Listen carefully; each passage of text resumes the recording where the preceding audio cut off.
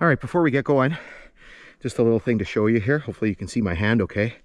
So what we have here, as you can see, they look like a bunch of iron blueberries. So these are iron ore pellets. And so they're scattered all over the grade, everywhere. So basically this two big sources of traffic for this line were two iron mines. One, the Bruce mines that produced those pelletized iron ore pellets, and then the Matabi mine. The Matabi mine did not have pelletized iron.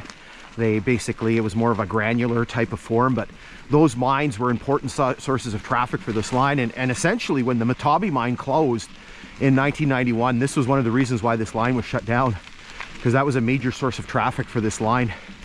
Because basically when you think about it, you had essentially two lines going into Thunder Bay. You had this line branching off the northern CN line, coming into Thunder Bay, and then you had the southern line coming out of Winnipeg, crossing into the States, and then the last end of that from Mattacoken to Thunder Bay, the Kashabawi subdivision.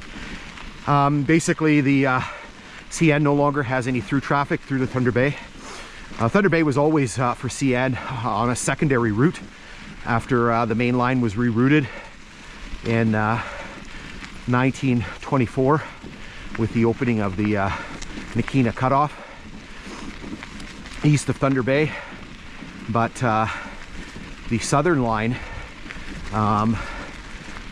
basically branches off at Fort Francis and they run to the south, and that was one of the reasons why the eastern line out of Thunder Bay, the Kinghorn, was torn up. So within a space of 11 years you lost two rail lines in the Thunder Bay area, the Kinghorn and the Graham first and the Kinghorn. So here a little bit of rock work, mostly pretty much all on the northern side, not particularly high, maybe about 4 feet or so. We're going to see some more just up ahead here. What time is it? 11:30. Sun keeps kind of getting obscured by the trees and the high clouds, which is very, very helpful.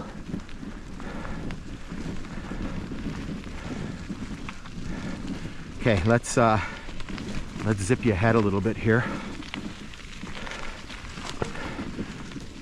Hold on, there's something. What do I got marked on here? It's something marked on my GPS. Oh, this is nice and smooth. 1340. So basically we've climbed 120 feet.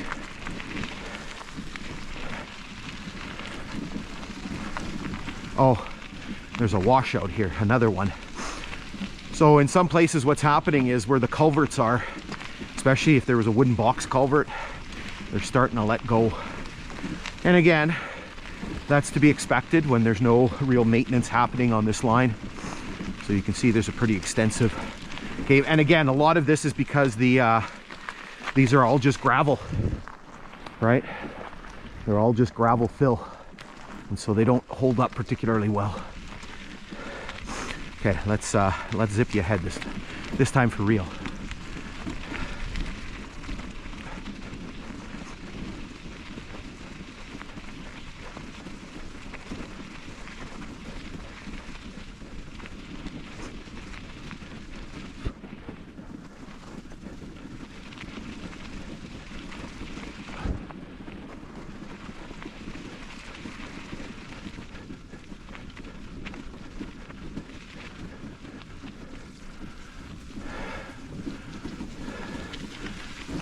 Okay, so here you can see some of the growth that happens when these rail lines aren't maintained.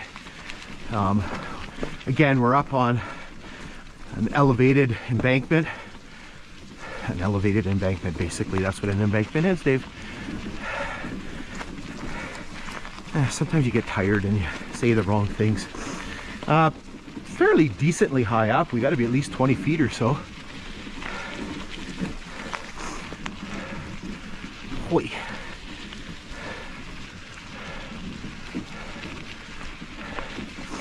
So again, it was not particularly easy to build this grade, so I believe we're in through another rock cut here, so we'll use that footage.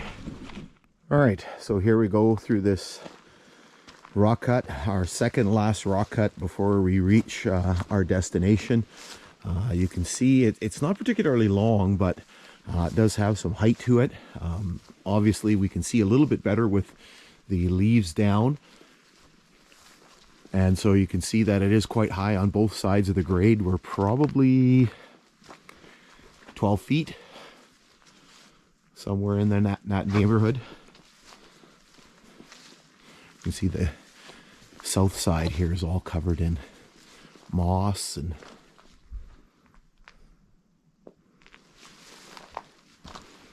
you can see sort of the sheer sides of the cut itself as well.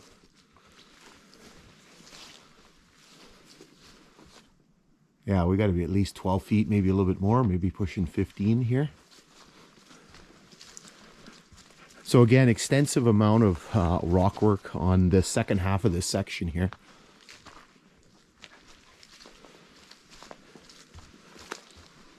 And here the cut starts to peter out. There's the last little vestige here. Okay, let's continue working our way to the road that's just up ahead. Okay, we got to be getting close here, because I think there were 2 rock cuts in a row, and then we were done. And then we're not done because we still have another piece to do, another piece to redo.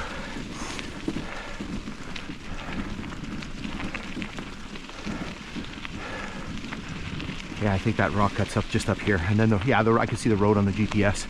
So we're on a pretty high embankment here. I don't know, 20-25 feet down there. It's pretty steep. Oh wait, tree. Okay, I gotta hop off here. I can't bike over this one. I'm gonna kill myself. Ooh. Butt is sore.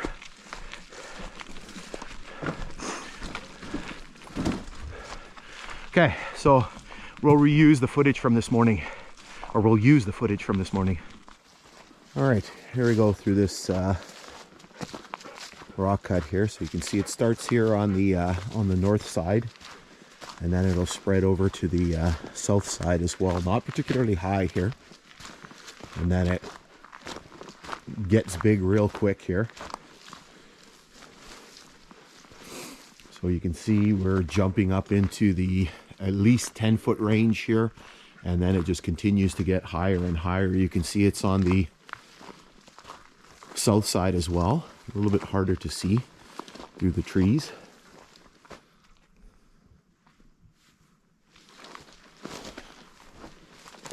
And so here we're probably into at least 15 feet, if not higher. A little bit shorter here on the south side.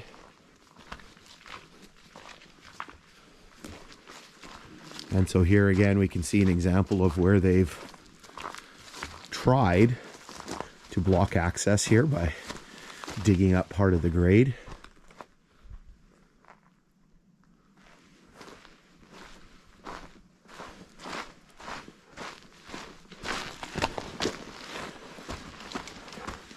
People have just sort of plowed through it anyway. Can't drive it, but certainly if you had a ATV. And so here you can see things start to peter out with the cut, and then our destination is just right up there. You can see the road right in front of us. Okay, let's finish her off here. So GPS says 1362, and we said 1353, so we're not that far off. Okay, let's finish this off here. So my GPS says 1361 feet, and the map said, and the map data said 1,353 feet. So we're not that far off when it comes to our estimate of the height. So again, we've climbed quite a bit. So this is Flett / Ellis Road, and so the grade continues that way. You can basically see that it's very, very well traveled here. So let's pull up here. You can actually see there's a few ties on the road that are still in place. 2, 3, 4, 5 ties.